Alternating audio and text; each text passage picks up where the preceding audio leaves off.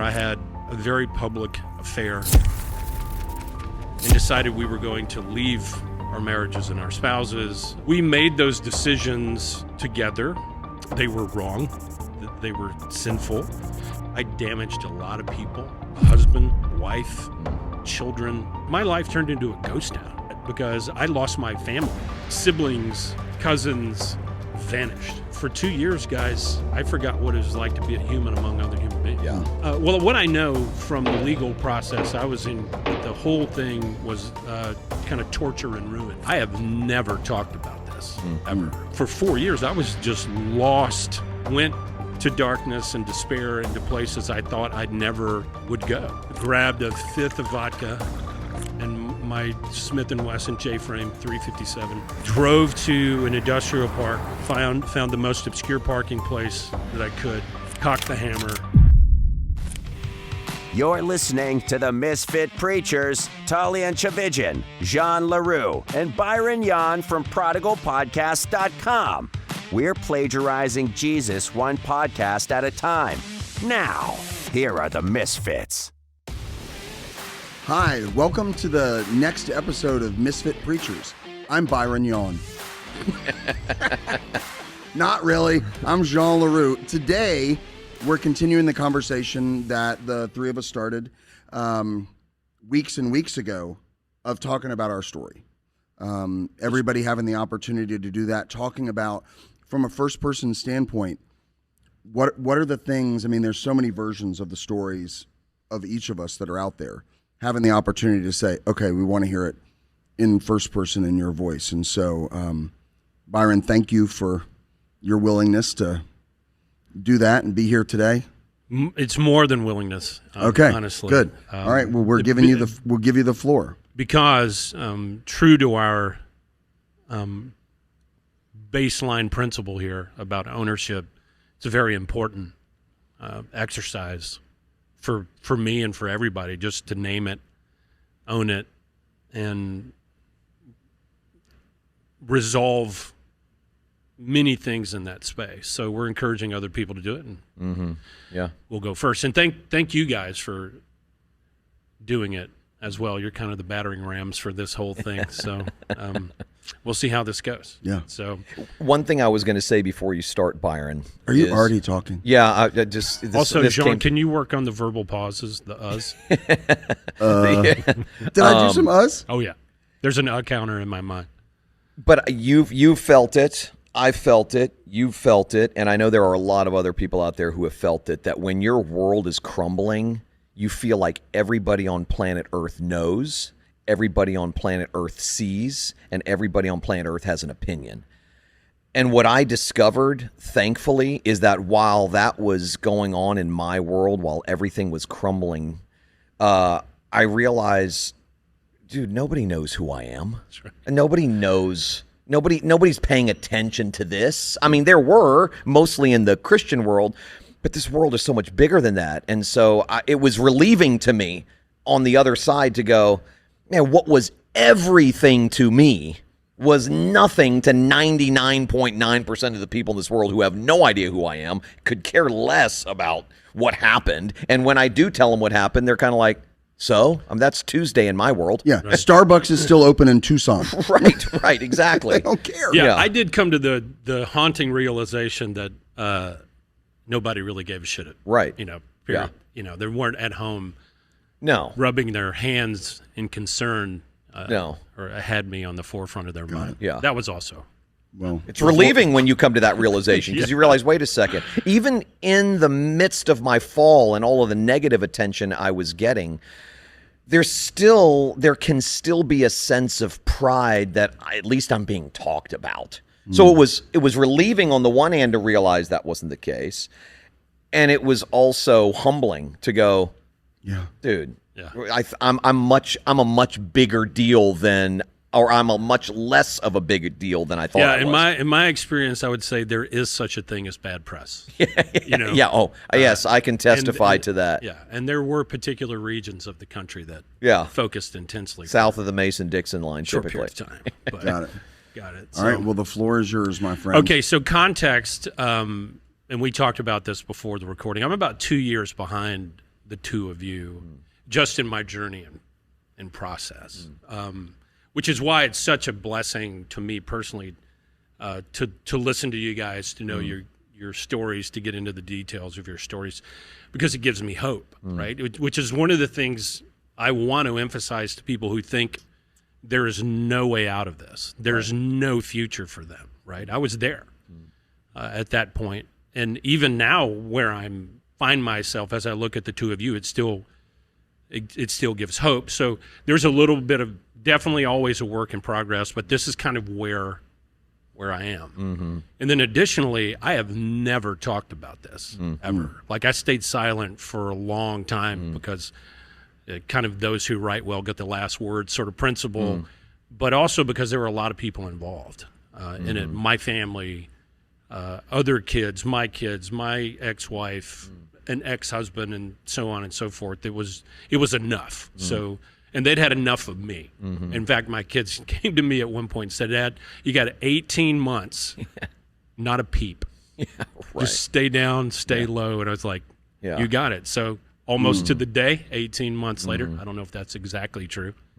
You know, Here you are. Here I am. So I've never spoken about it. In the beginning of it, I got invitations to interviews, national,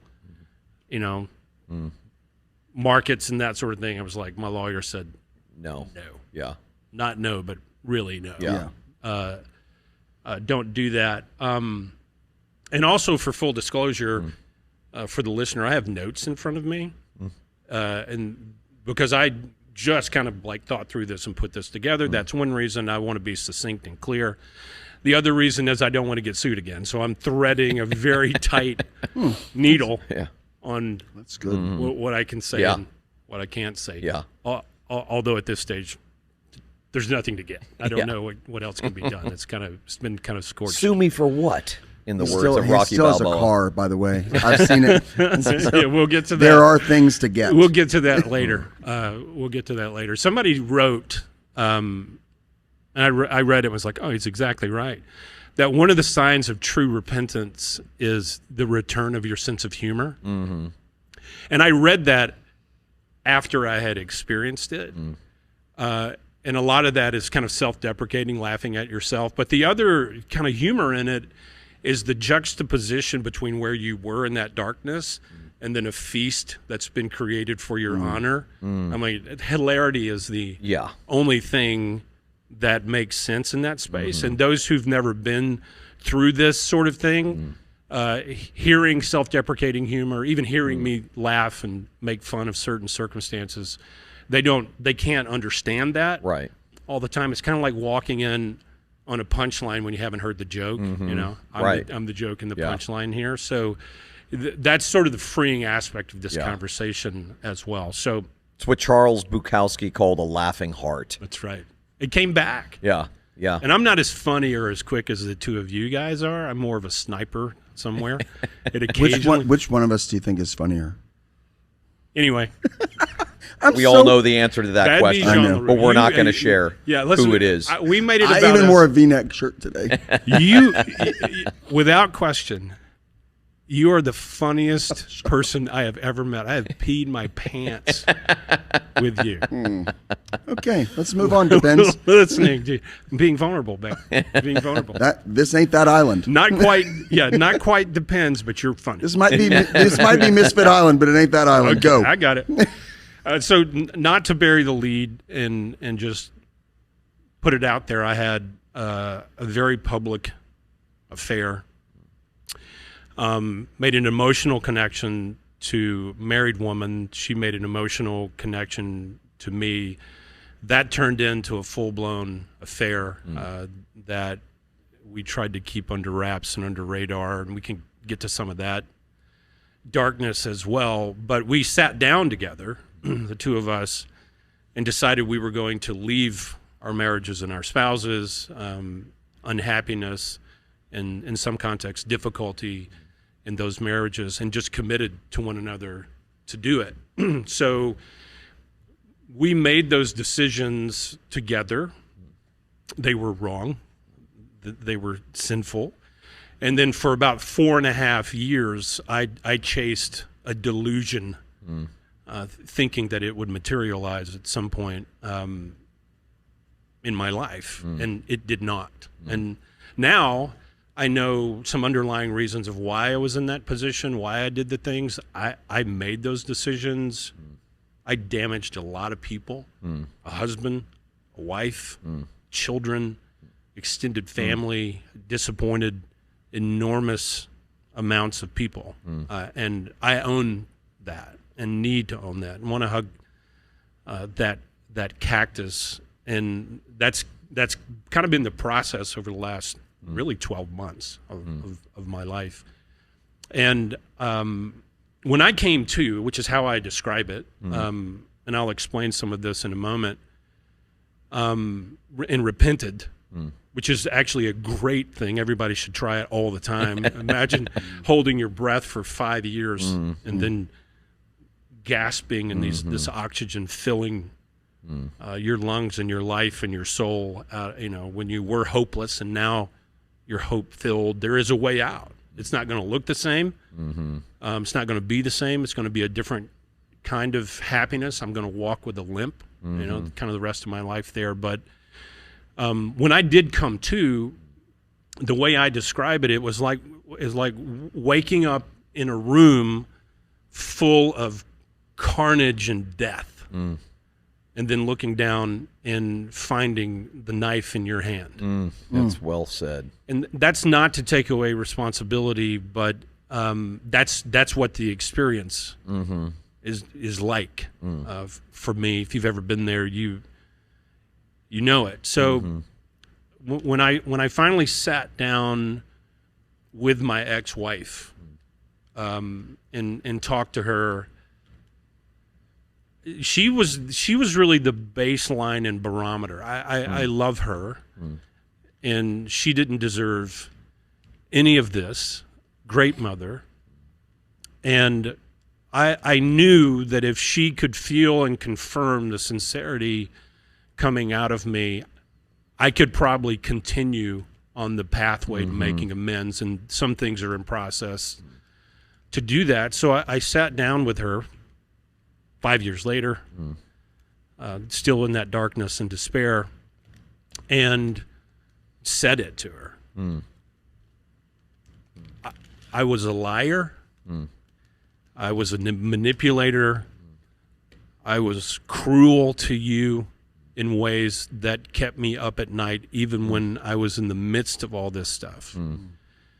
And while our marriage was kind of coming apart as a result of what I did, and God knows she tried to keep it together, she said to me, she goes, I don't recognize who you are. You just need to know that. And she didn't say this isn't who you are, because some of what I did is who I am, not all of me. And it was the most succinct description of me during that period of time. When she said that, did she mean, I don't recognize who you are because of what you've done, or I don't recognize who you are because you're being so open with me in this moment? No, this was during everything was happening. Yeah. We had many conversations, and during my departure, she said, I don't even know who you are anymore. Like, you're not the man I married. I don't recognize you. Your kids don't recognize you. And I've had those conversations with my children, who've been very, very gracious. They're my ride or dies, to me. And up until the point that I was able to sit down with Robin and own these things. And when I talked to her, I said, I am not going to get everything right. If there's anything you need from me, let me know. I'll do it. Yeah. And talk. And we've continued to converse, and our goal is to be civil, remain friends for the sake of the children and that sort of thing. And I'll be serving her the rest of my life in many, many ways for it. So that was an important conversation for me, so that I could go, if she confirms it with trust but verify, she should be suspicious, right? Then I'm probably on the right track, hitting the right tone, not my own best counselor here, right? And so that was an important step for me in that process. But up until that moment, for 4 years, I was just lost in darkness, and went to darkness and despair into places I thought I'd never would go, and was chasing the idol, which had already dissolved in my hand. But belligerently, petulantly, as an idolater, I just kept going, like wandering around in darkness, thinking that if I just could find that previous hit that I'd gotten, that it would satisfy me, and it destroyed me and destroyed numbers of other people. I like to say that if the prodigal son could see my story, he would blush, and he would go, "Damn, son." Like, I thought I was that bad. was a trough in 3 counties over. Like that, you outpunted your coverage on that thing, and I was in a very dark, difficult place. And I'll get to this in a minute. I disappeared from the face of the earth. In fact, as Jean tried to reach out to me, I wasn't answering calls, and so he changed the ringtone for me to Ozzy Osbourne's "Crazy Train." It's So when still your ringtone. I know. So when I call him now, it's that. Which, in retrospect, when I called him one day and he was in the other room, and it was like, Going up and I said, "What is that?" And he goes, "Because you were crazy." Yeah. You were Great crazy. song, by the and way. yeah, it's Well, fantastic. I feel like I need to say something here that it wasn't a critique as much as, dear God, if he calls, I want to hear it, and nobody else gets that ringtone. So if I don't listen to Ozzy Osbourne normally, and so I was like, okay, I want to hear it, and you were batshit crazy. Yes, true. It's true. Still am, quite frankly. Got it. And a lot of that I've learned as well. But also the other side of that, like there's the carnage and the harm that I caused. I saw that. But as I looked at the location of where I was, and this is honest as I can be, I had no clue how I'd gotten there. Like I was conscious but not conscious through all of it.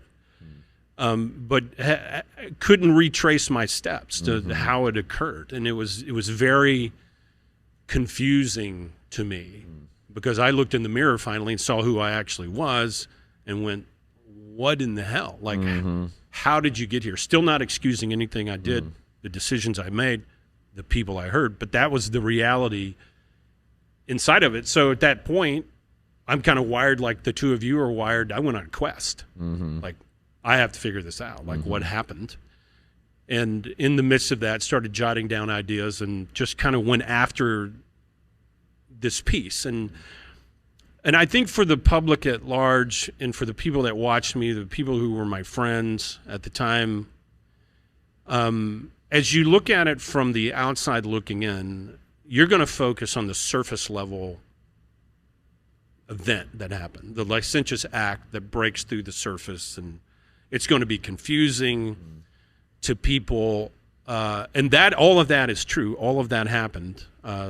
In degrees that are really hard for me to wrap my mind around. But that focus on that will distract you from the thing underneath the thing, you know, and that was the quest for me. And we talked a little bit about this yesterday. I have a ton of work to do ahead of me to figure all this out. Jean is not going to let me get away from that commitment, and I'm not really kicking and screaming. I'm more skipping and whistling into it. But that was there's this thing, which was uncharacteristic of me up until that point. And when people look at that, their assumption is, oh, this guy had this licentious thread underneath his life. He was lustful, and all those things they're there. But I was circumspect for 25 years of marriage, faithfully committed to my wife, faithfully committed to my children, faithfully committed to my church, faithfully committed to the network of friends that I'd built over decades and decades without even blinking. And maybe people could have seen it coming as well. You know, when I ask you that question in your Q&A, it's true about me as well. I'm sure I would say the same thing. It was insightful. I wish somebody would have hit me upside the head and let me know.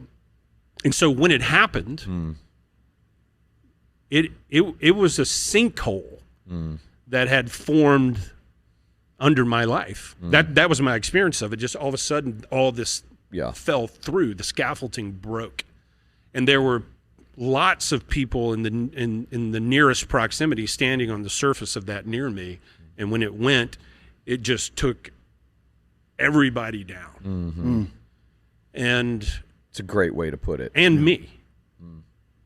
And I think as the church at large, and this is not me being critical of the church, this is me adding something to the church's repertoire. And we know this, but we don't know it. I am a subject matter expert on sin and what it does. I just went through a master class on it. And I can tell you as a matter of actual fact that I hate it. I hate what it did and does and is doing to me personally. But sin is a force. It is not just an infraction. And it corrupts everything. And you don't, like a fish doesn't know it's a fish until it's flopping on a deck, right?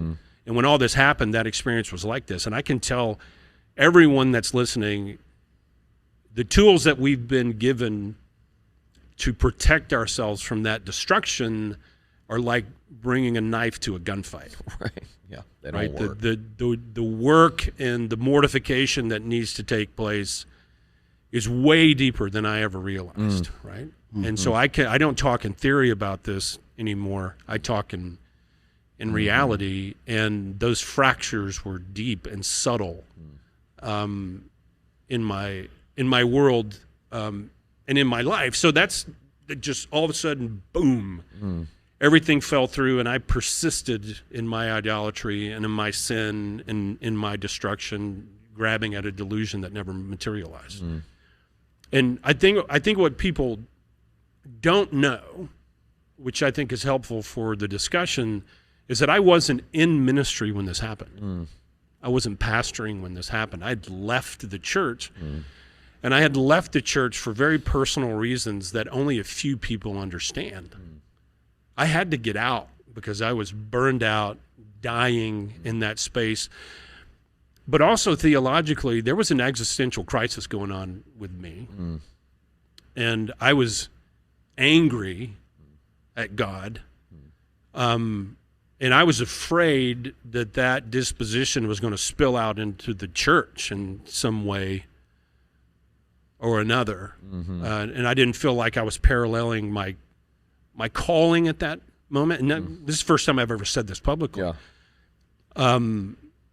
But I was bitter for what I realize now is not disproportionate suffering in my life. But my life has not been charmed. There's been a lot of pain and death and tragedy that's occurred to me, to my ex-wife, who didn't respond the way that I did, but I'm wired differently. And I became, quite frankly, entitled. I deserve better. And I mean, inside it was, I deserve better. I'm tired of serving the church. I'm tired of delivering these messages. I'm tired of caring for people. I'm going to go out and become self-sufficient and went on this theological excursion. And so I resigned from the church for those reasons. And the face-fronting explanation to the congregation was, I'm tired. Somebody else, which is actually a good thing for preachers to think through around year 7 to 10. Are you the right leader?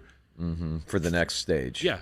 The only mistake I made is I blew through 10 and made the decision at 20. Yeah. Started a business in consulting, helping people write stuff and whatever, and then left. But all of that bitterness and entitlement, which, you know, the ugly rawness of it all. My marriage was not perfect. Robin would say that.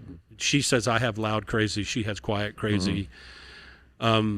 And there were struggles that were in there. But at the end of it, and this is the ugly, can't rub the edges off this, I wanted a better marriage and, quite frankly, a better wife in my head. That's how delusional I was. Yeah. And so I decided I was going to leave. And at that point, you begin to believe you deserve it. Oh, that's 100%. Sure. This isn't just it's not a desire anymore. It's now something I deserve, and I demand that I have it. I was a 100% self-absorbed asshole. And I don't think I'm a narcissist, which is what a narcissist would say. But I do know during that period of time, if you looked it up in the dictionary or Googled it on psychologytoday.com, my picture would show up, and it's always the worst headshot. You know, that's where I was. I wasn't talking to anyone about this. Nobody knew. I was just tired, exhausted, bitter. What year was this, to Byron? the core, 2017. Okay. In that window. And just gently landed the plane and got out of the fuselage and walked away, and it hit the fan, you know. And someone came across my path, and I said, that's it. There's the void filled, you know. And I didn't even understand what that was in me. I kind of do now. Jean's been very helpful in that respect. And the reason that's important to the story, for me at least, is back to the point. There's that surface thing, and then there's the underneath thing. They think this is bad. I was giving God the middle finger. Yeah. Just boiling with pride and anger. My dad dies in a tragic car accident. My younger sister's driving. Horrific. My mother, after that, who plays a large role in some of my observations recently, attempts to commit suicide as a result. My sister is a lifelong drug addict out on the street, causing destruction everywhere in the family, older sister. My ex-wife and I lose twins at birth. And there's just like all this death around me. I know now it's not disproportionate. I know now there are far worse stories. And people turned out different. Like what nailed me grazed them sort of thing. So it's not an excuse, but that's where my head and my mind was. It was a massive church split that happened as well. I thought I was going to die through that. And that's where the association with the two of you sons of bitches really got me in trouble. Literally, you came to preach at our conference there. Glorious Ruin. 3 days later, I get called to the office. Yeah. Well, you're welcome. It's like Good job. It was like the conversation was like when my mom would come to me and say, "If your friend jumped off a bridge, would you do it?" Yeah. I had to tell the elders, like I told my mom, "I'm the friend." Yeah. Right. Yeah. Like we're all three jumping off bridges Yeah. here. It's not like that, but a huge thing exploded for about almost a year. What was, if you don't mind me asking, what was the reason? I had changed. Yeah. I went through the same transformation that the two of you went through. You might have always been perfectly aligned theologically, John. No. That was sarcasm. But a theological sorry. metamorphosis where you started seeing things through the lens of grace. I was preaching through the Gospel of Matthew. Well, here's the story. Yeah. So I'm preaching through the Gospel of Matthew, nailing it. I went to a school that kind of prides itself and does a good job with structure and diagrammatical analysis and how to work through the text. And I'm so grateful for that. But I was crushing Matthew. And so this guy comes up at the end, and I'm like, Show me the love, baby. give it to me. Yeah. Let's go. And he comes up and he goes, "This is my first time here." I was like, great, and still waiting on it. And he goes, and I brought my parents today. And I go, "That's wonderful." He goes, "And it's my birthday, and they're not Christians, and the gift I wanted was them to come to church for me. And I was expecting to thank you for nailing it." And he goes, "Now I have to go to lunch with them, and for the next 50 minutes explain to them how what you said is not the gospel." That's encouraging. Wow. And it was like a gun went went off in my head. Theological ears ringing. And I was inside going, that Yeah, asshole, he shouldn't have said that. He doesn't know what he's talking about. I've got the degrees here, and I got the mic around. I got the Brittany mic around the ear. He doesn't have it. Right. I've got it. You're the guy. And he was right. And I mean, literally went to my office that day after the second service, sat down and went, he's right. Yeah. Came back the next day, backed up to Matthew 5 again and took another run. And then I told the congregation, I said, it took me a while, 20 years or so, but I realized that Jesus is the point of Matthew. Yeah. Right. And we're gonna keep it there. Yeah. Yeah. And when I moved through that change, I actually took my leaders. I mean, I actually sat down with my leaders and said, I think I should leave. I don't fit the ethos. Yeah, here. you built a church on one message, and now your message was changing. It's actually a Bible church that was established and had a pastor before me who was there for 20 years. And I was going, new wine, old wineskin, this isn't going to work. And my elders, who were great guys, most of them, said, no, we love it. Burn as many flannel boards as you want, man. Light them up. We're loving it. And I said, okay. And then I literally strategized how we roll this out over time. I'm like, we don't want to go too fast. We don't hit the gas too much, and so on and so forth. And they were like, yes, yes. And I should have never taken their counsel. I should have left. Or maybe not. I don't know. At this point, I wish I had. Right? Answered the 7-year question at 7 years. Yeah. And it just shredded the church after about 12 months, 14 months. And it went from you preaching sort of the focus of the Christian faith is the life and holiness of the Christian to the focus of the Christian faith is Jesus. 100%. Yeah, and that's what caused I the mean, split. we didn't have altar calls, but if the gospel actually showed up in one of my sermons, it was kind of functioned like an altar call. Sure, yeah. Somewhere in there, right. Jesus meandered in, and I'll be like, yeah, the gospel is for non-Christians. I've got this. I'm talking about you. Okay. So and it's exactly what Steve always says. If you want to make people mad, you preach the law. Yeah. If you want to make them really mad, preach grace. Yeah. And so and that's hard. I mean, I don't think people understand how hard the ministry is on people. Going through something like that shatters you, destroys you in ways that takes time to heal from. But that was just part of the accumulative thing. It's like, this sucks. I deserve better than this. I'll go create it on my own left. And then the connection started with the other person. And then we were like, let's go full tilt on this. Chase the delusion together. At least that's what was in my mind.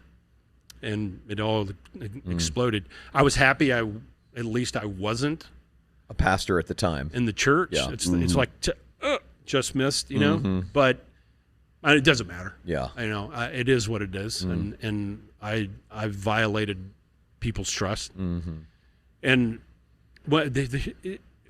years ago, 20 years ago, I sat my staff down and worked through an exercise.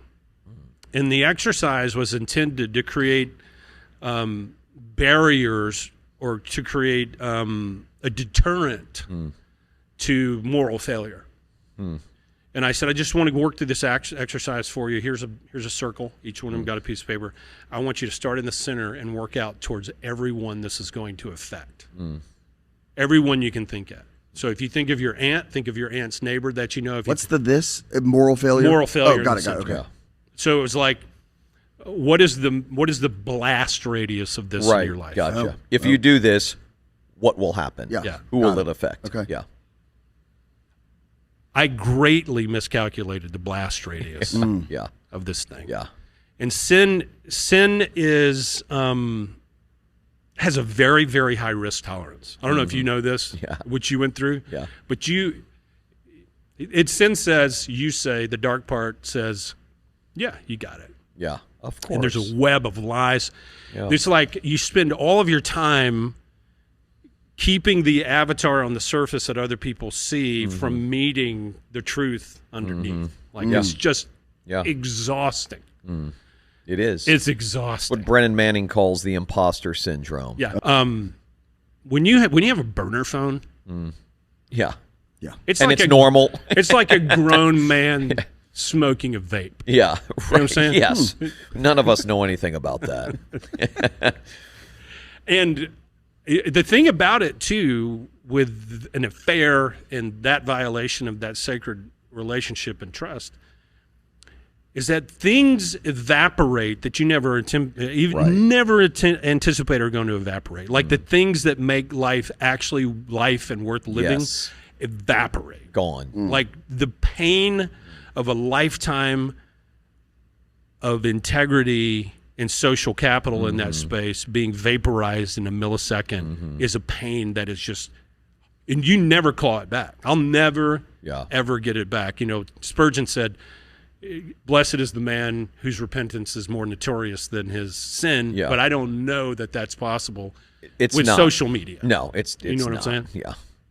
And another thing so that's that part, but the hardest part was, and I don't know if this is your experience, but I would look down at pictures of my family, and they were uprooted from reality of life. It was like a funeral service for everyone that I saw. It was like, I killed this. I destroyed this. I remember my youngest son, Blake. My sons, we called them Hammer and Nail brothers, but Hammer is his affectionate name. Standing on the balcony overlooking the living area of our house, yelling at me at the top of his lungs, "What have you done? You abandoned us." And my older son, me holding him back, and I said, "Let him say I deserve it. I deserve it." And it is horrific. And you know, I also discovered that every sin is the same sin on repeat throughout the beginning of time. It is not believing that what God has for you is enough and is for your good. Right. Surely he doesn't want you to, he knows you shall become like, it's idolatry. And that's kind of the core of it. And that, I pulled that plug, dude, and it exploded. Blast radius farther than you could have ever imagined. Yeah, like the horizontal consequences, horrific. The internal consequences, it's the difference between physical pain and emotional pain. Emotional pain is the worst. No question. The anticipation of physical pain is an emotional pain, right? It's just how it works. It's our deepest struggle. It was excruciatingly painful. The pain from my experience, if I had to isolate one moment that was the most painful, it was sitting down with my three kids who were 20, 18, and 13 at the time and telling them to their face that I had been unfaithful to their mom. I will never forget to the day I die the looks on their faces, the words that they spoke or didn't speak. That is a painful memory, knowing that you've hurt. I also grieve the fact that I hurt my ex-wife, but there was something about the fact that I hurt my kids that was just excruciatingly painful. So the way I put that together, and they're the ones that have a triangulated effect. Right. The triangulated effect on them was they're chief victims. They deserve to walk away, but they can't. Right. And that's a regret. I'll never. Nowadays, my sons just roll their eyes, and when like my son called me and said, "Dad, you have 2.5 million views on Barstool, and they are scorching you." And then Wade goes, and it's like, it's super cool, Dad. It's like, just wait, wait, son. But nowadays, well, like with my daughter Lauren, every once in a while, you just sit with them, and you're like compelled to go, "I'm so sorry." Yes. And she goes, "Save it, Dad." Same exact thing, man. I mean, it's always the soundtrack playing underneath everything. But and while the effect of that is true for our kids for the rest of their days, my kids, same experience. I mean, I will just from time to time, I've apologized to them. They know that my confession and my repentance is real. They don't question it. They've seen it firsthand. but I still feel the pain that I caused them, and so I'll bring it up from time to time and just, like you said, apologize again, and they'll always be like, yeah, you don't need to say it again, Dad. I have had to caution myself from unintentionally using my children as my burden bearers. Yes, that. me, dude, that is a good, or my good therapist. word. Yes, in that respect, it's a big mistake So when parents in pain do that. Even if I'm not feeling it, closed face, open face. Yeah, I'm happy all the time. Yeah, my daughter's super savvy. She doesn't buy any of that. Shit, and she'll, Dad, you're doing that thing you do. Yeah. Like, what are you talking about? Yeah, you're right, though. There are a lot of people who are in all of our positions who have a relatively close relationship with their kids, and they turn their kids into their therapists and unwittingly burden them with more pain. It's called emotional incest. Yeah, that's exactly what it's called. And my kids, who were older, got pulled in immediately. The other children involved did as well, kind of indirectly, and it's my fault. Yeah. It's my fault, and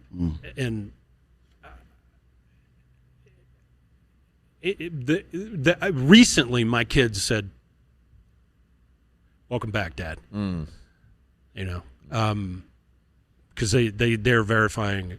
It was about 6 months or so that I had to go get them back, and I did.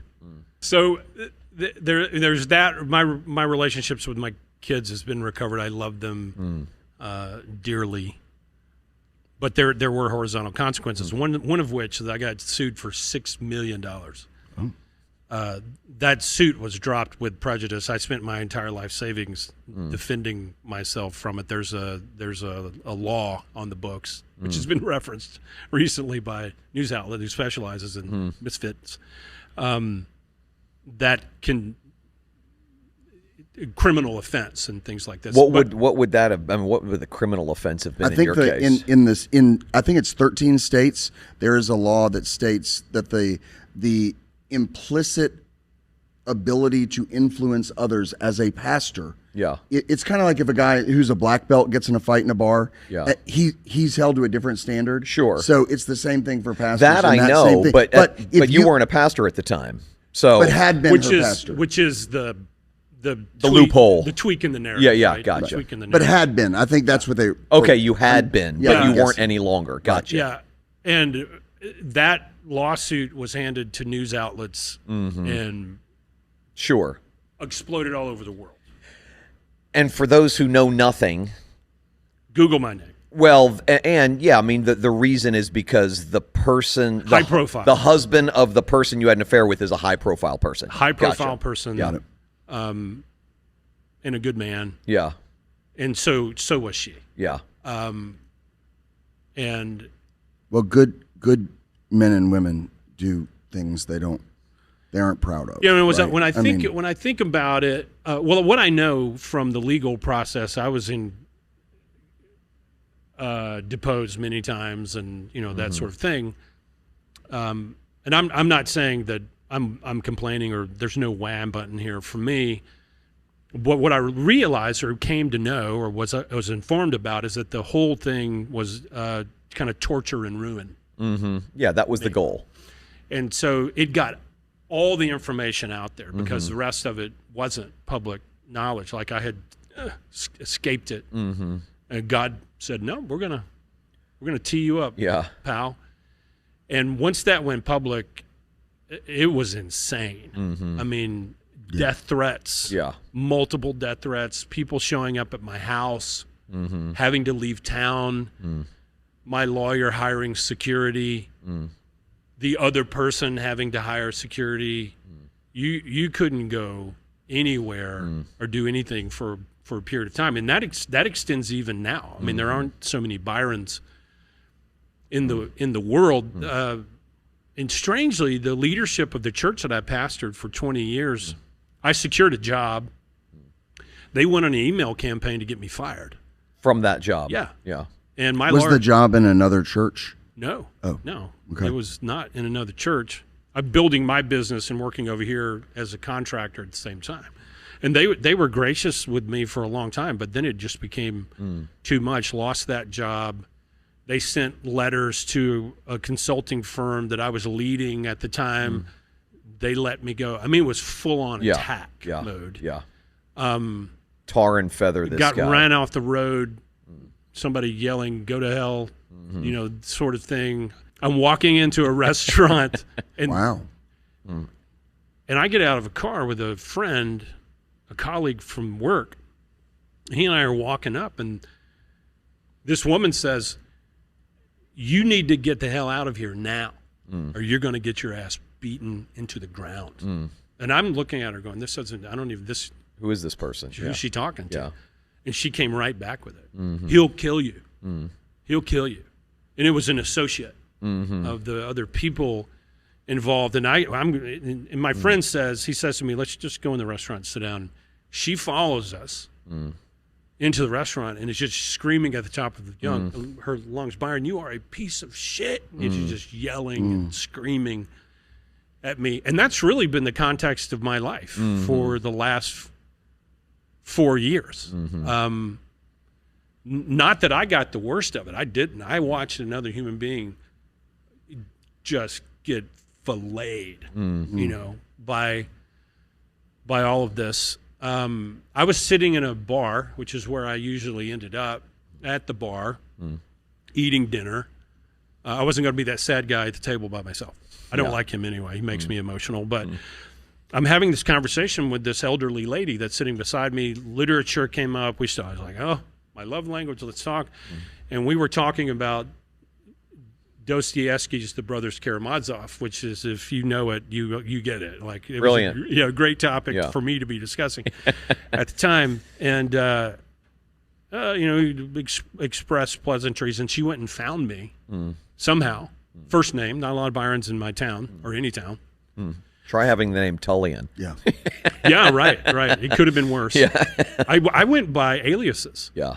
And that sort of thing. Still not whining and complaining because God's used it in a great way in my life. But that lady tracks me down on the internet, finds my email, and just says, F you, in old lady language. And here's what you can do with your musings on Dostoevsky. Yeah, right. Kind of stuff happened all the time. And like you said it, and it was true, I was afraid to let people know who I was. Yeah. Yeah. What do people do when they walk away from you in modern times? Yeah. Doot. Right. And it was bizarre. Yeah. It haunts you. It'd been bizarre. It haunts you for the rest of your life. Right. And that's why I just disappeared. Stayed quiet, crazy train on Jean's phone. My life turned into a ghost town. Yeah. And when I say that because I lost my family. Siblings, cousins vanished. Yeah. And have put it in the rear view. And God's used that in my life. But for 2 years, guys, I forgot what it was like to be a human among other human beings. Yeah. I know that feeling. Financially done. I mean, I'm going to be working a long time, which is fine and whatever. But even in that space, it's been a lot of happiness. It's the weirdest thing. Because it's when you're, one of the things that happens in these circumstances like this is your square footage gets cut down to a third. And you are God is on there on top of you. You're just on top of each other. And all you got is faith. It's all you ever had.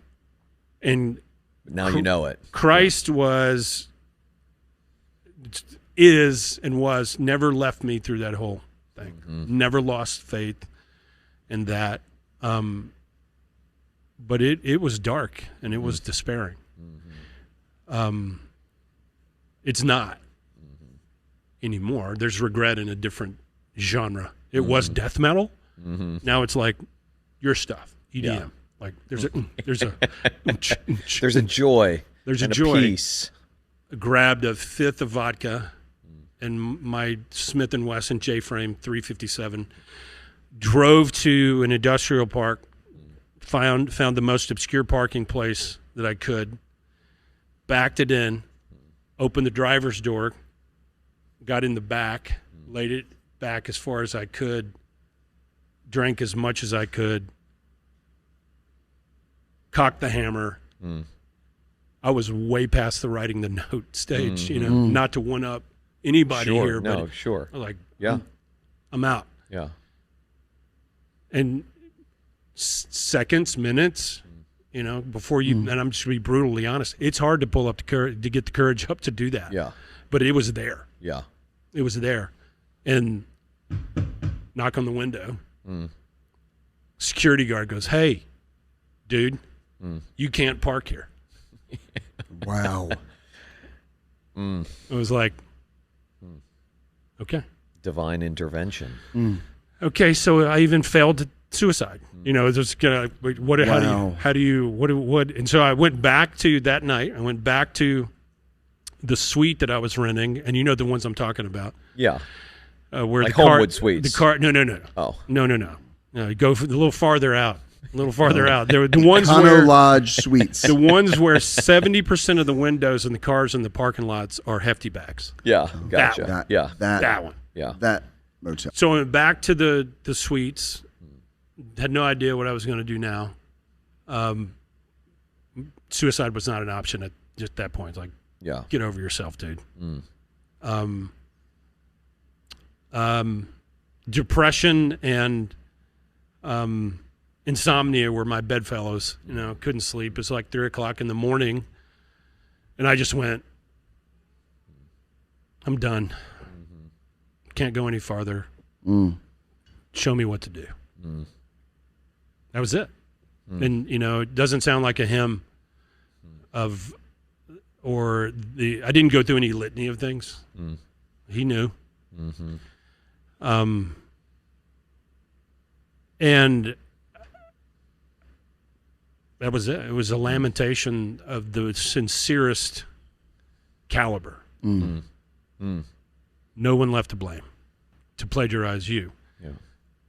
Plagiarizing someone else. Yeah. Right. But that was it. No idea what I was going to do. And there's a whole series of events that happened. There's a truck stop involved. There's a redneck involved. There's a fan belt involved. There's a O'Reilly Auto Parts involved. There's Skoll involved. I mean, it's like, it's just this crazy story. I got up the next morning and went, I'm going to go to my mom's. When in doubt, head to mom's. Which when you said that yesterday, I was like, I was driving along going, you're 54. Yeah. You're the loser of losers driving to see your mom. Now, my mom is in the latter stages of Alzheimer's and isn't there, but her cupboards are, or whatever. I just needed a refuge. And I after these events happened, which I can't go into because they're too long and I love the story so much, but I called John and said, hey, you'll never believe what's happening. You never believe what happened.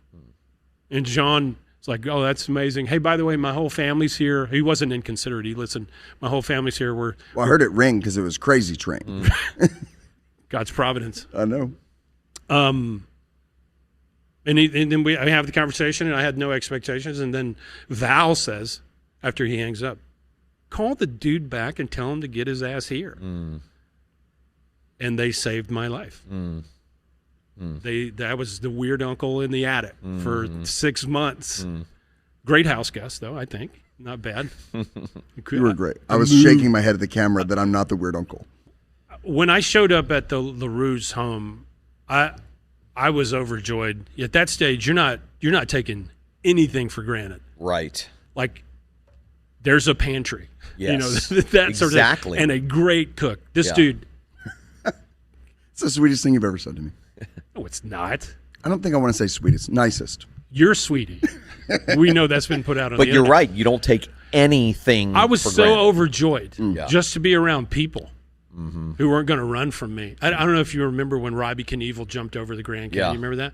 And he misses. He clears it so much. He bottoms out, misses the ramp, goes flying into the desert, hits these hay bales and this fence, and he gets up in his arms like that. But he's like laughing, and he's like, dude, your arm's broke.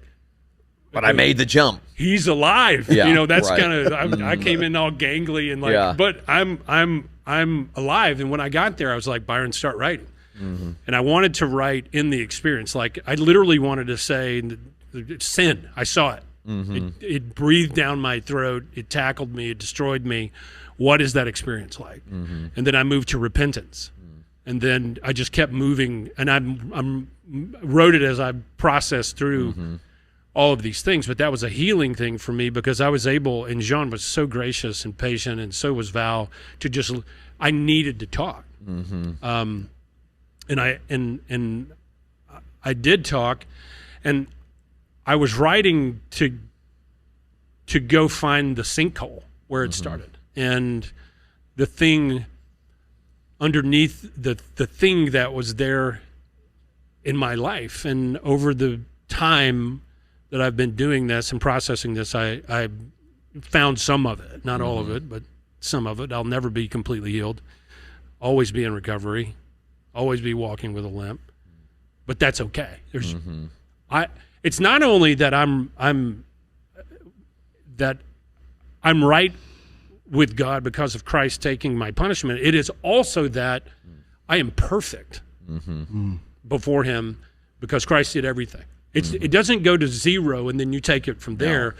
It is eliminated over here, and then it is maxed over here. Debt has been paid and a deposit has been made. Now, and when you preach on Sunday and you mention there is no condemnation now, my thought always is, because there's no condemnation because God made it impossible for him to condemn you because what he did in Christ, because he's also just. Right. And you need both of those working in tandem for it to work. Right.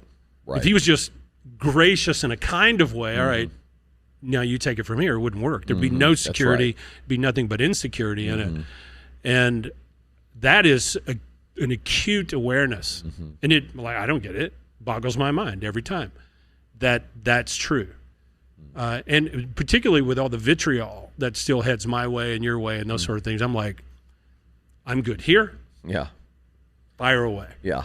Right. Yeah. Fire away. Now, I never gave any credence to psychology or therapy or the... You mean historically in your life? Historically. In fact, the school that I came from was a little bit iconoclastic in that, and there's separation between modernism and tradition. Like, it was near blasphemy to point... To even think about psychology or psychobabble therapy. And that sort of thing. Like saying something like, there's no such thing as mental disorders? Yes. Right. Yes. It was anathema. It was a blasphemy. And it fits within the transactional performance. Sure. Life it works is about, in that system. Life is ultimately about not doing something. Right. Right? Right. Now life is about being near something else, right? Pursuing something else. God save us from a Christianity where the definition of it is not doing things rather than embracing the things we've been given. Right. Just those enjoy laws, the gift. Those laws are there for a reason, because the apple doesn't fall far from the tree. His best interest is in our mind, because we're raging idolaters. If you give us a second, we'll go, that'll make me happy. There's a law against that. For don't play in the street with the chainsaw. It's like whatever it takes. So, and I bump up against it every single day. I run through the Decalogue every day, elbows up, blow it before lunch. Right? I'm sure. Especially you, Sean. Thank you. But I was dismissive of those things and was completely wrong, because part of the sinkhole is that reality. Sure.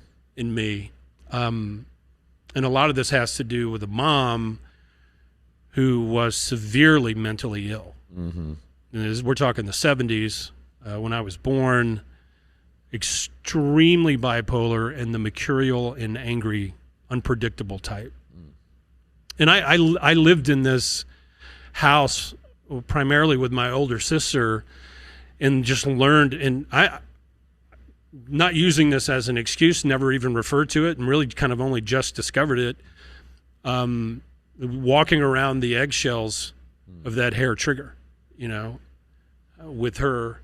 And the world that I was born into, fundamentalism, spiritually speaking, didn't allow for this, right? But as I reflected on my life, and this is where people might part ways with me and us.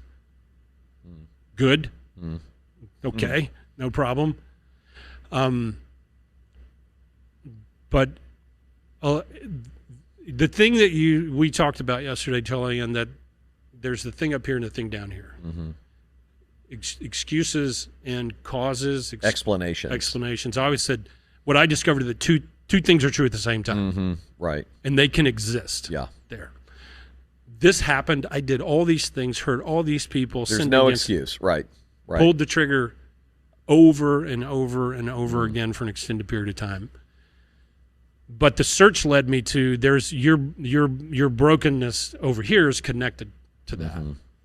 And I know it sounds weird for a 54-year-old to be talking about a wounded inner child, but I don't really give a shit because it's true. It literally is true. You can't deny it. So when I was young, my mom was vicious towards the kids because of her mental illness.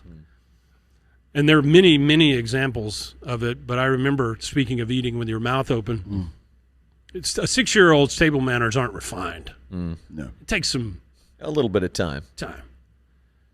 And one day, this is kind of typical of my experience for a long time, I'm 6 years old, sitting at the table, and out of nowhere, she just sweeps the plate off into the floor and says, "I'm going to make you eat with the damn dogs."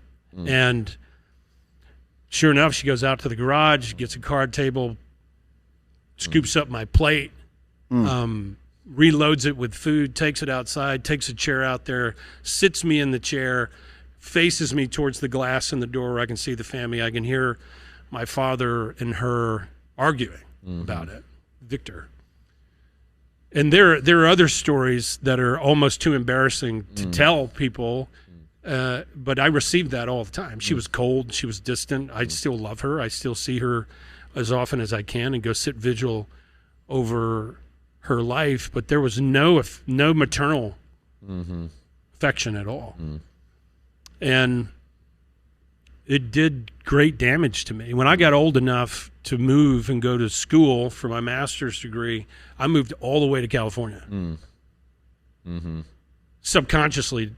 Just to get away. I knew it was there. I'm not living in this anymore. Left young, got married too young. Robin agrees with that. And just escaped. And when I graduated and landed my first position, which I was encouraged by. Sure. Right. My mom calls me up at like 6 o'clock Central Time, which is 4 o'clock Pacific Time. I answer the phone and say, "Hello," and she goes, "You are a lying piece of shit." What are you talking about? Good morning, Mom. Yeah. You lied. You said you were coming home. I never said that. And it was just, by that time I was used to it. Never went home. But that trauma did some very specific things to me. This is kind of the vulnerable part. One of them is it created in me an anxious attachment. And essentially what that is this want of affection that went missing in finding it, and idolatrizing it in other people. And making them give it to you. And I have these weaknesses in my life. I am a super, super considerate, empathetic, nice, thoughtful guy. I'll think about what you need before you think of it, sort of thing. But a lot of that is driven by this. It's almost like bait. Like, love me, love me, love me. Learned behavior, for sure. Yeah. The way it fits into this story in particular, again, not excuse, there's two things are true at the same time, right? And when I talked to my wife, I didn't share any of this with her because this isn't hers. This is mine. She doesn't need to hear it. She needs to hear this. Right. But this is helpful to me. Sure. Because can I pause you for Please. 1 second? I know there are people who are listening to this who this is all anybody talks about. It's all anybody sees. Right. And I hope to a really deep degree, they're like, okay, so there's somebody who understands I've got to tell this part. Yeah. Because I realized these were symptoms, not the problem. And that's true for any addict caught in any form of addiction. Right. This is alcohol's the symptom. Drugs is the symptom. Needing affection is the symptom. Where does that come from? Right. What But Peter I think Berger called when a you're saying that, I plausibility feel like structure. people will really connect and go, oh, I've never. may have never even given myself permission Yeah. to ask the question because this was so jacked up. And in the Christian world, it is almost exclusively this that is the focus. And that's the knife to a gunfight. Right. That's exactly right. And yes. what fundamentalism did to me, and fundamentalism is like, in terms of an ethos of a church environment, is like living with an alcoholic parent. Yeah. You know, you don't know when it's going to go off. You keep your humanity tucked, never let it breach the surface. And for me, it was like pouring concrete on Chernobyl. Sure. Behaviorism, biblical knowledge, conformity, all of these things. And you can do that. You can pour concrete on Chernobyl, but eventually two-headed cows are going to meander through the scenery. Sure. Which is how I never knew this stuff was there. I thought I was great. I had no self-awareness really at all. Jahar's third window was painted black, you know, in that respect. But where it relates is, quite frankly, my poor ex-wife. I attached myself to her and early and loved her. I still love her, but made her heal me through the responses that I didn't get. Yes. And needed. Wow. And she could never, ever live up to that. It was a total bondage to her. And if she listens to this, she'll go, and more, you know, Yeah. I'm sure. And again, not an excuse, but she knows I was like that, just pining for affection and connections on level that are just unrealistic. I lived in the Hallmark movie window of emotion, because they never go into it, and they meet and get married and they hate each other and eventually divorce. Yeah, sure. But there was no way. No way. The deck was stacked against her from the very beginning. And the moment, so you put the timelines together, and I'm a bitter, entitled asshole over here and leave the church. And the moment a woman came to me and expressed interest and affection, Yeah. I dove You're done. Sure. right in, Yeah. knowing it was wrong. High risk tolerance in that space.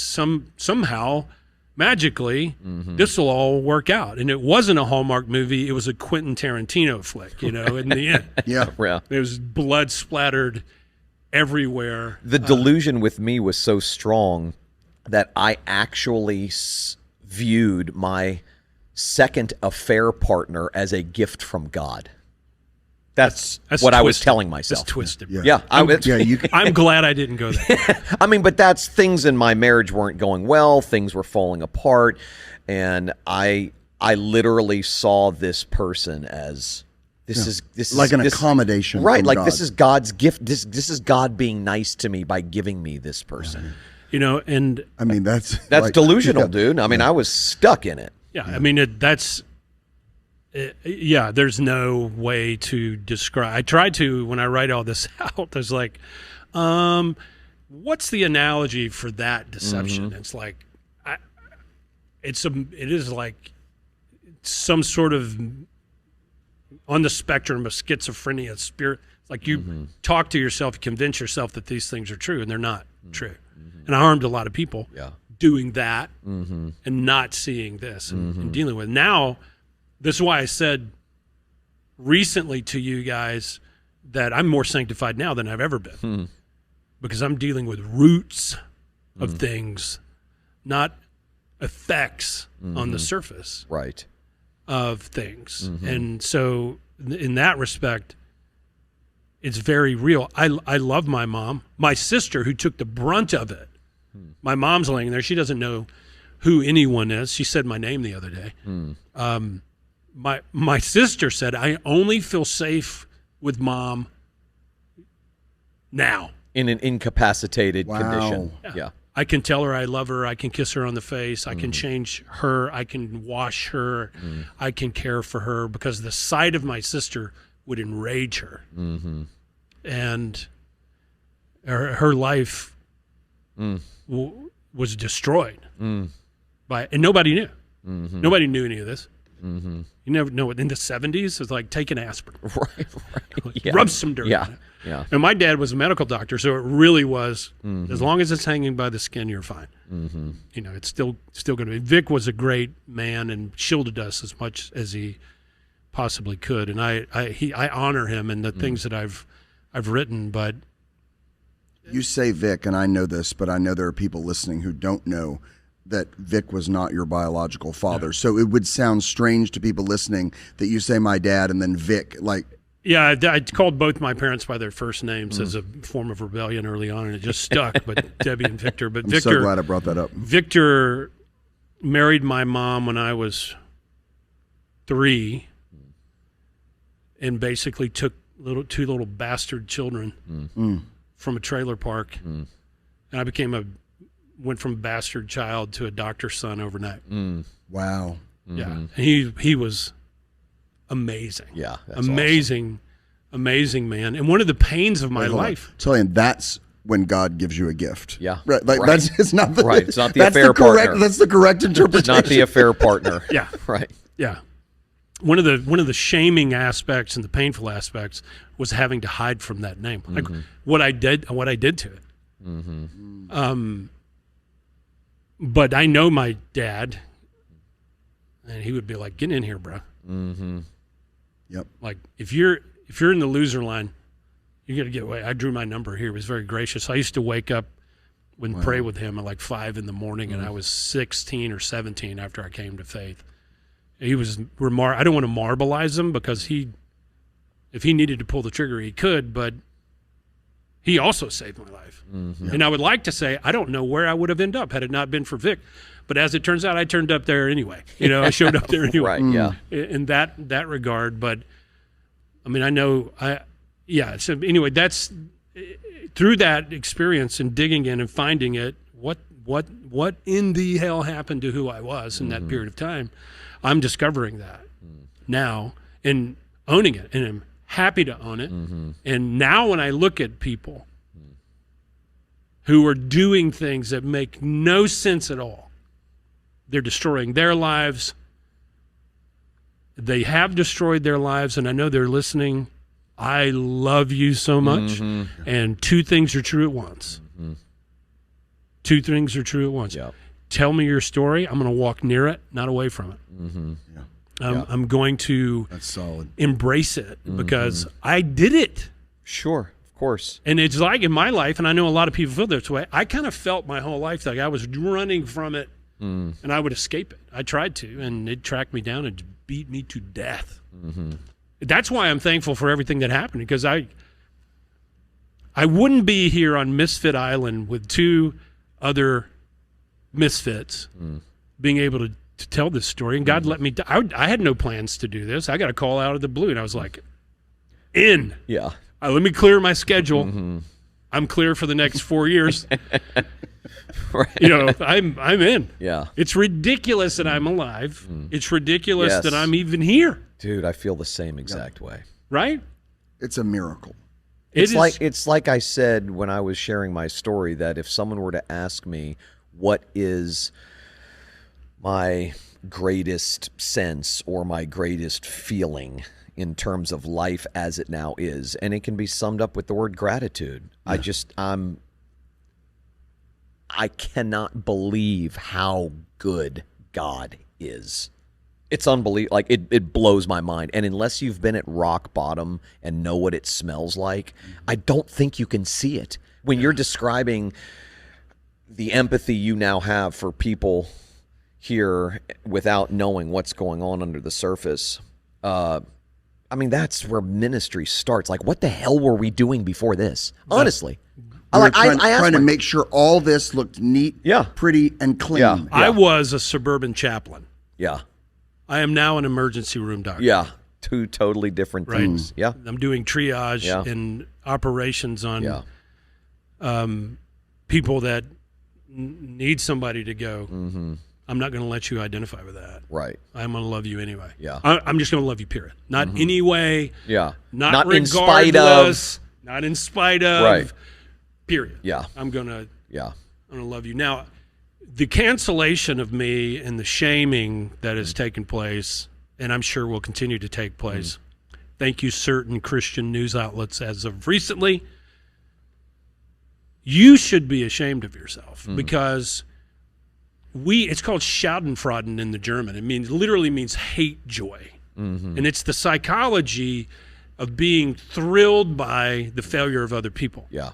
Yes. And the sociologists and psychologists say the reason that people get so near to that and enjoy it so much and it's on rotation so much is that by comparison, we feel better. I know that was true in my case by the things that happened to me, but my response to that is I've got notorious ones, you've got polite ones, right? Right. But we're both lepers. Yeah. You might have more fingers Yes. than I do, but let's not waste our time counting digits. Let's not do that. And so everything I went through has brought me to that awareness and repentance, which I love. It's like I've tried to describe it, but I don't know that I can. Yeah. But going through that experience, I hate with a righteous hatred that beast in humanity that loves to crush people, that assumes the worst, thinks they know the narrative. This happened in recent days in our space with another leader, and they just launched. And I'm talking about a pastor who fell. Not to add to the stone throwing, which I'm not, because Right. welcome to Misfit Island, whether you want to be here or not, bro. But a former colleague of mine wrote a blog or posted something about it. The premise of it was, if you don't want to end up where this person is, do these things. Yeah. Right. Now, here's my response to that. You absolutely want to end up where I am at. 100%. Yes. Yeah. Yeah. If you can find a way to do it differently. Right. Without causing so much destruction, more power to you. But don't ever think that I am unhappy of my awareness. I regret what I did. I've got amends to make. Repentance and faith are a cycle of life in general in this world, but I love it. I have see-through vision to other people's bullshit and can sniff it out. I've got a radar of transformationalism and the victorious Christian life trope. I'm triggered. Yeah. Me too. I'm triggered. I've been invited to churches and just writhe. Dude, I posted this not long ago. It's a quote by Jamie Kilstein. And it says this, in light of this... Who's Jamie Kilstein? I don't know, the person who wrote this. Quote the source, all you need to do. And it says, we don't root for redemption anymore. We don't actually care if people change. We don't want them to become better. We want to watch them burn so we can sit back and temporarily feel better about our own lives. Wow. That is... Schadenfreude. Yes. Yeah. I mean, that's Comparing what it digits. is. Yeah. Lepers counting fingers. Right. Yes. So in that regard, to the person that's out there that has blown it, maybe they're just like the morning after it all happened. Maybe they're a year later. Maybe they've lost their family. Maybe nobody will talk to them. Maybe they're in jail. Maybe they've relapsed. Maybe divorced. Post-abortion. Feeling regret. Whatever the circumstance is that people are feeling, and they can't see it, but I'm telling them it will not always be this way. But what they don't realize is that the greatest, highest venues are always seen from the lowest points in our world. Yes, that's right. And if you can just get on the horizon a little bit, you'll see it. You will not always be there. But the other thing I want to say to them is, what you don't realize is that all that ambient noise that blocked out the only things that mattered is gone. Right. And your ear is right up against the wall of eternity in heaven, and everything that matters is at your disposal. Yeah. Right. All of the good art like we said, is born out of melancholy. Right. And suffering for a reason. Yeah. Right. So when I came full circle and resolved all this, I was mad at God for all the suffering. And then I would the clay shut its mouth and quit yammering on, and I resolved it without resolving it. Mm-hmm. Suffering is what God uses to accomplish his purposes and to bring his children into greater proximity to his love and his gifts. No one is exempt, so don't assume anything about anybody's happiness. They've been touched by tragedy. And don't assume the worst by the broken, because there's a story you don't understand. No one is well exempt. said. Yeah. No one is exempt. Well said. Right. No one is exempt, Yeah. right?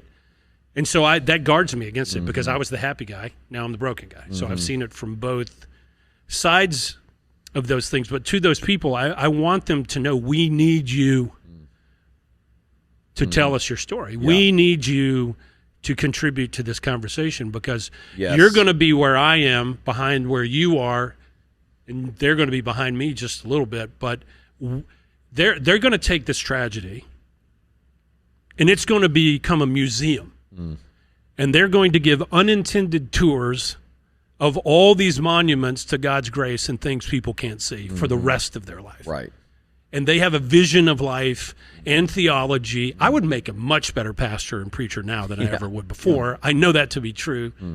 But I don't believe in second chances. Not in the economy of God.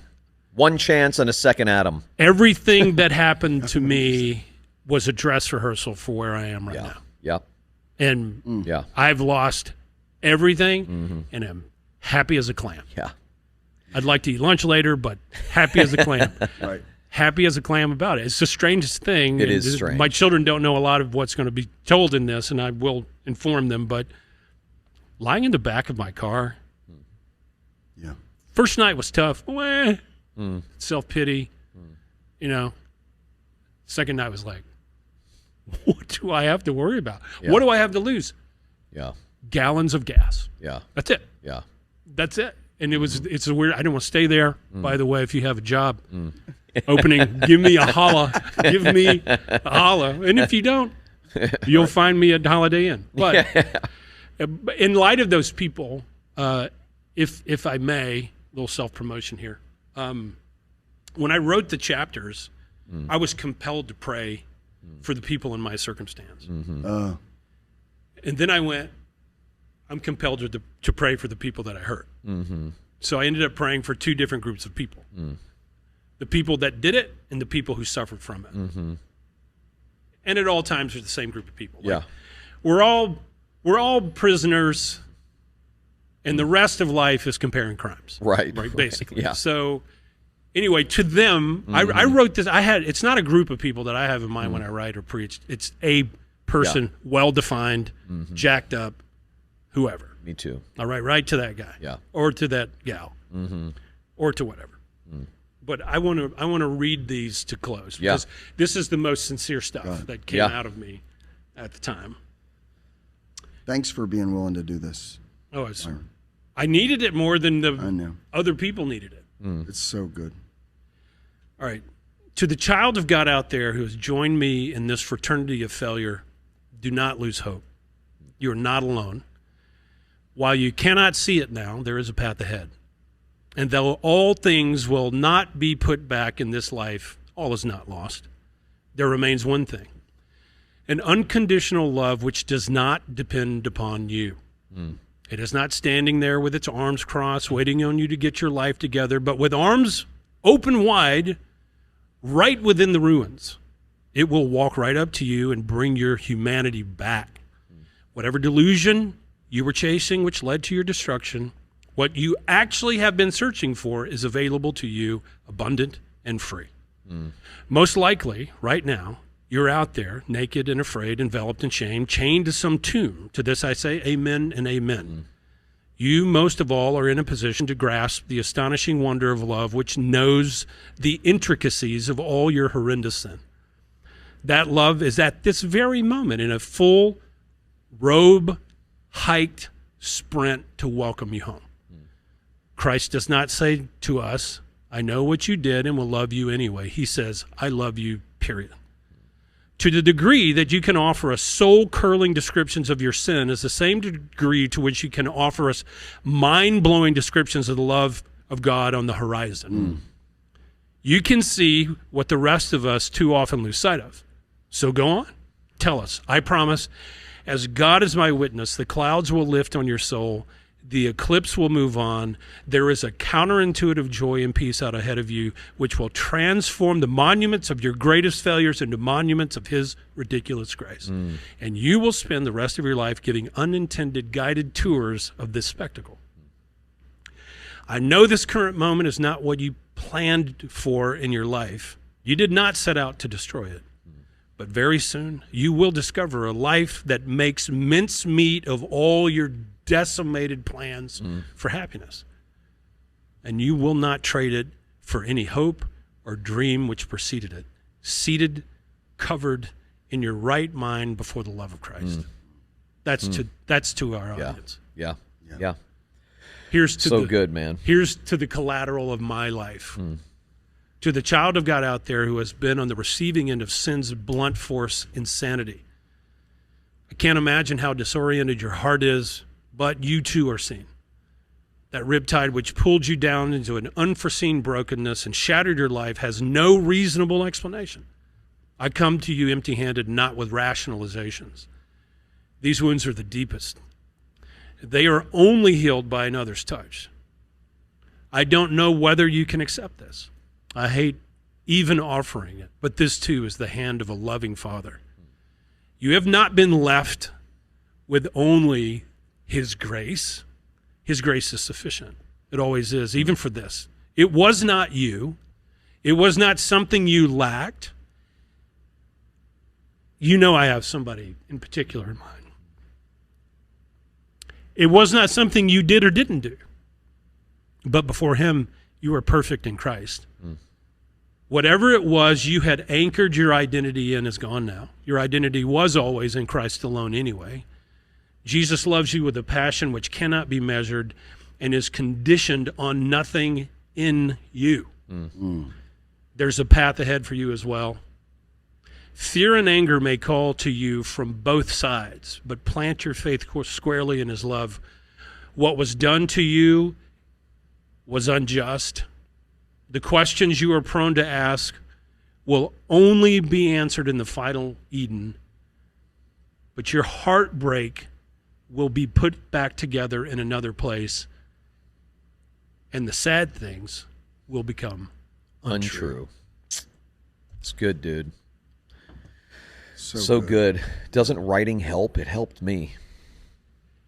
Bro, I'm so grateful to God for this gift.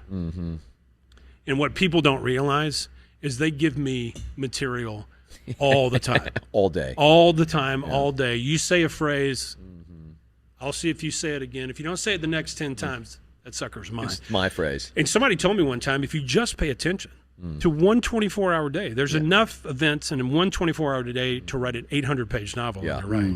So let's just put it this way. Life has my total attention and awareness. Suffering is a great quill in the hand of a writer, and repentance fills the inkwell. I mean, it's just that's all day. All the time. Every day. I will spin a frickin' yarn. I love it. So good. No, that's good. Well, listen, on the next, we're gonna let this episode lie. What a great conclusion bow on it. We're gonna come back in the next episode and talk with you, us have a conversation, be able to ask you some questions specifically about what you said. Please do. Okay, and then I'm going to give you your chair back. I love you guys for just even being. Speaking of gratitude, I don't care how weird both of you are. I notice it. I notice it. I notice it. Says the weird one. Okay. You've been listening to the Misfit Preachers. Like, subscribe, and share. More grace-centered resources at prodigalpodcasts.com. That's Prodigal, Prodigal, podcasts with an S.com.